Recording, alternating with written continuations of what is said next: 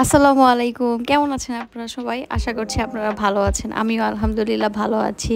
হ্যাঁ, আপনারা হয়তো আমার থাম্বনেল দেখেই বুঝেই গেছেন যে এটা একটা খাওয়া-দাওয়াময় ব্লগ। যেদিন ভিডিওটা করছি ওইদিন শুক্রবার। শুক্রবারের দিন সকালবেলা উঠে আগে চাল ব্লেন্ড করে নিচ্ছি। চালগুলো আমি রাতেই ভিজিয়ে রেখেছিলাম। ওগুলো এখন ব্লেন্ড করে নিব। এগুলো দিয়ে আমি এখন চিতই পিঠা বানাবো। আমি কেন জানি চালের গুঁড়ি দিয়ে চিতই পিঠা বানালে একদমই ভালো হয় না। ফুলে তো নাই, ফুলার কথা বাদই দিলাম, উল্টা আরও ফাইটা ফাইটা যায়। আর আমি কালকে গরুর মাংস রান্না করেছিলাম, ওই গরুর মাংসটা আছে, তো ভাবলাম ওইটা গরম করে নিই, তাহলে আর চিতই পিঠা হলে আজকে সকালে নাস্তাটা বেশ হয়ে যাবে। গরুর মাংসটা গরম দিলাম। গরুর মাংস এমন এক জিনিস, ভাতের সাথে, পোলাওয়ের সাথে, খিচুড়ির সাথে, সব কিছুর সাথে খেতে ভালো লাগে। আর গরুর মাংস যেদিন রান্না করা হয় সেই দিনের চেয়ে তার পরের দিন বা তার পরের দিন 2 দিন জালে জালে এটার টেস্ট মনে হয় যে আরও অনেক বেশি বাইরা যায়। আর সাথে আমি চিতই পিঠা বানানোর জন্য কড়াই দিয়ে দিলাম চুলায়। বিসমিল্লাহ বলে আমি আমার প্রথম পিঠাটা দিয়ে দিব। আমি প্রথম পিঠা দেওয়ার পরে সবসময় শুধু আল্লাহ আল্লাহ করতে থাকি, আল্লাহ প্লিজ সুন্দর হয় যেন। কিন্তু কেন জানি প্রথম পিঠাটা সবসময় আমাকে অনেক নিরাশ করে। মানে কখনোই প্রথম পিঠা খুব একটা আমার ফুলে না। মানে আমার কাছে মনে হয় আরেকটু ফুললে হয়তো ভালো লাগতো দেখতে। তবে তারপরও যা হয়েছে আলহামদুলিল্লাহ ভালোই হয়েছে প্রথমটা অনুযায়ী। আপনারা কি বলেন, তাই না? ভালো হয়েছে না বলেন? কিন্তু সেকেন্ডটা কিন্তু এটার চেয়ে বেটার হবে। পিঠার নাকি একটা নিয়ম আছে, সেটা হচ্ছে যে প্রথম পিঠাটা কখনোই ভালো হবে না, পিঠা নাকি আস্তে আস্তে ভালো হবে। মানে একটা, দুইটা, তিনটা, চারটার পরে থেকে নাকি পিঠা ভালো হওয়া শুরু করবে। বাট আজকে আলহামদুলিল্লাহ আমার সবগুলো পিঠা একদম আমার মনের মতো হয়েছে, আমি যেরকম চাচ্ছিলাম ওরকমই হয়েছে। একে একে আমি আস্তে আস্তে সবগুলা পিঠা বানিয়ে নিব। পিঠা বানাতে কিন্তু বেশি একটা সময়ও লাগে না, শুধু এই চালটা রাতে ভিজায় রাখলেই হয় আর সকালে ব্লেন্ড করেই বাস হয়ে গেল। আপনাদের কাছে আমার পিঠাগুলো দেখতে কেমন লাগতেছে আপনারা কিন্তু চাইলে কমেন্ট করে জানাতে পারেন। আপনারা কি সকালে চিতই পিঠা দিয়ে গরুর মাংস খেতে পছন্দ করেন? আমরা তো এটা খুবই পছন্দ করি, এটা আমাদের পুরো ফেভারেট। মানে চিতই পিঠা আর গরুর মাংস হইলে সকালে আমাদের আর কিচ্ছু লাগে না, আমাদের নাস্তা একদম জমে যায়। আমার সবগুলা পিঠা বানানো শেষ, এবার আমি সার্ভ করে নিব। এবার তো শুধু খাওয়ার পালা, আর কোনো কাজ নাই। আমি গরুর মাংসটা একটা বাটিতে বেড়ে নিচ্ছি, খাবো কিন্তু আমি, কিন্তু তারপর আমি এটা সাজাইতেছি, কেন জানি আমার এসব সাজাইতে খুবই মজা লাগে। নাস্তা টাস্তা করার পর বেশ অনেকটা সময় পরে আমি এখন একটু দুধ জাল করে নিব।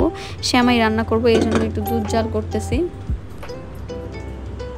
আমাদের ঘরে দেখা যায় একটা না একটা মিষ্টি আইটেম থাকেই, আমরা সবাই মিষ্টি আইটেমটা খাইতে পছন্দ করি, এই জন্য আমাদের মিষ্টি আইটেমটা ঘরে থাকেই।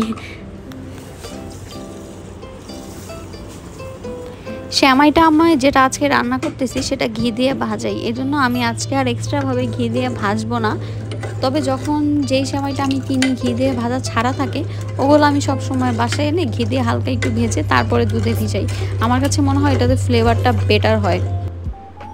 বিশেষ করে মানে ঘি কে না পছন্দ করে, আর ঘিয়ের ফ্লেভার সেমাই থেকে আসতেছে, এটা তো আরোই দুর্দান্ত ব্যাপার। আমি যেভাবে সেমাই বানাই সেটাই আজকে আপনাদেরকে দেখাইতেছি, হয়তো আপনারা এটার চেয়ে অনেক ভালো পারেন। আমি ফার্স্টে একটু সেমাই দিয়ে দিই, সেমাইটা দেওয়া হয়ে গেলে এরপর 1 চামচ বা 2 চামচ যতটুকু আমার মনে হয় যে হয়তো একটু গুঁড়া দুধ দিলে ভালো লাগবে, ওপর আমি হালকা একটু গুঁড়া দুধ ছিটিয়ে দেই আর কি। দেওয়ার পরে যে দুধটা হয় ওইটা আমি হালকা একটু ঠান্ডা করে তারপর দেই আর কি। বাস হয়ে গেল আমার সেমাই। আর বাকি যতটুকু সেমাই ছিল অতটুকু সেমাই আমি এখানে দিয়ে দিব, তারপর শেষ হয়ে গেল।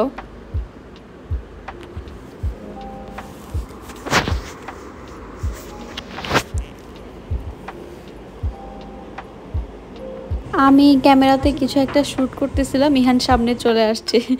এবার চলে আসলাম দুপুরে রান্না বান্নায়। দুপুরে আজকে ভাবছি ঝামেলা ছাড়া কি রান্না করা যায়, তখন মনে হলো ঝামেলা ছাড়া রান্নার মধ্যে 1 নম্বরে আছে খিচুড়ি। প্লাস বাইরে ভালোই বৃষ্টি বৃষ্টি ওয়েদার, এই বৃষ্টি বৃষ্টি ওয়েদার তার উপরে শুক্রবার, না খিচুড়ি ছাড়া জমবে না, এই জন্য ভাবলাম খিচুড়ি বসায় দিই।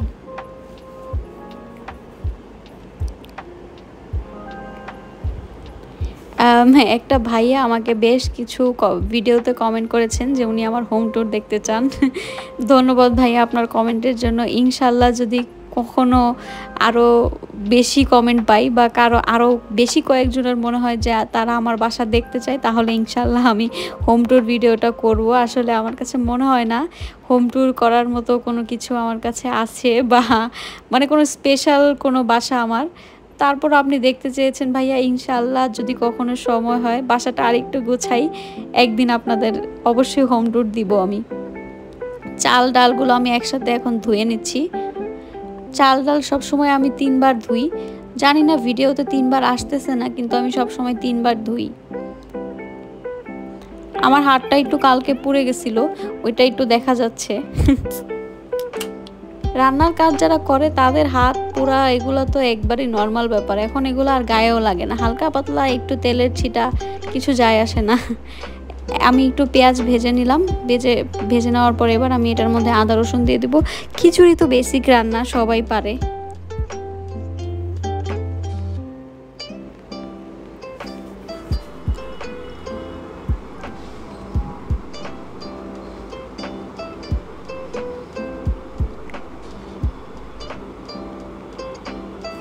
আদাটা আমি সবসময় একটু ভেজে নিই তেলে, আমার কাছে মনে হয় তাইলে হয়তো ফ্লেভারটা একটু বেটার আসে। আর যা বেসিক মশলা আছে, হলুদের গুঁড়া, মরিচের গুঁড়া, হালকা একটু ধনে গুঁড়া, এগুলো সব কিছু দিয়ে আমি একটু কষিয়ে নিব।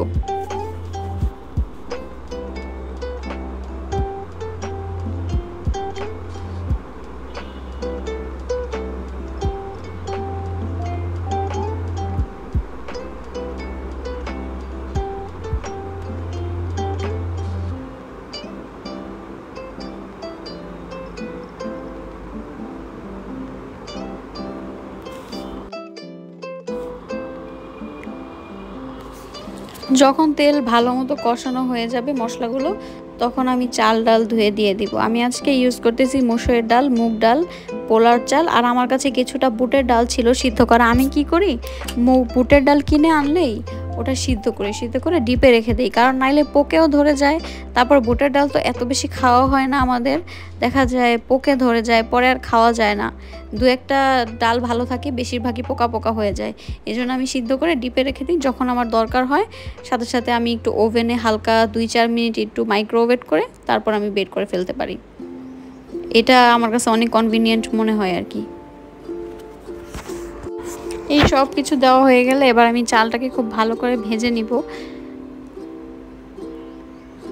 চাল আপনারা যত ভাজবেন খিচুড়ি ততই ঝরঝরা হবে, তবে আজকে আমি একদম ঝরঝরা খিচুড়িটা রান্না করতেছি না, আমি হালকা একটু নরমও না, আবার বেশি শক্ত না, মাঝারি পর্যায়ে যে খিচুড়িটা হয় নরম এবং শক্তর মাঝখানে, আমি ওই খিচুড়িটা আজকে রান্না করতেছি। আর সাথে একটু মুরগি রান্না করব একটা।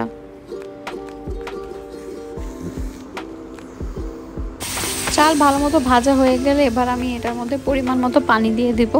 আমি যে হিসাবটাতে পানি দিই সেটা হচ্ছে 1 কেজি চালে 2 কেজি পানি, 2 কেজি চালে 4 কেজি পানি। তো আমার এখানে মোট আধা কেজি চাল ছিল, তো আমি এই জন্য 1 কেজি পানি এটার মধ্যে দিয়ে দিয়েছি। আজকে আমি গরম পানি দিচ্ছি না, কারণ আমি তো একদম ঝরঝরা খিচুড়ি চাচ্ছি না, এই জন্য আমি আজকে গরম পানি দিচ্ছি না। যেদিন আমি একদম ঝরঝরা খিচুড়ি চাই ওই দিন আমি গরম পানি দিই। আর আজকে যেহেতু হালকা একটু নরমই রাখবো খিচুড়িটা, এই জন্য আমি ঠান্ডা পানি দিয়েছি। লবণটাও একটু চেখে দেখলাম, লবণটা অবশ্যই এই পর্যায়ে চাখবেন, না হলে কি হয় পানি কমে গেলে তখন লবণ দিলে মিক্স হইতে চায় না। এটা আমি একবার দেখছি, আমি একবার এরকম হয়েছিল। আমি কি করছি, পানি দিয়ে দিছি, তারপর আমি লবণ দিতে ভুলে গেছি, পরে আমি চেক করলাম, মনে হলো যে লবণ লাগবে, দেওয়ার পরে আমার অনেকখানি লবণ মানে সাইডে ছিল, লবণ প্রপার মিক্স হয় নাই। খিচুড়িও কথা বলতে বলতে হয়ে গেল, এবার শুধু খাওয়ার পালা আমাদের। আজকে আপনারা দুপুরে কি খেলেন? বিকালে আমরা একটু বের হয়েছিলাম। এই ছিল আমাদের শুক্রবারের দিন। আপনাদের শুক্রবার কেমন কাটলো আমাকে চাইলে আপনারা কমেন্ট করে জানাতে পারেন। আজকে আপনাদের কাছ থেকে এখান থেকে বিদায় নিব, আবার ইনশাল্লাহ দেখা হবে। আল্লাহ হাফেজ।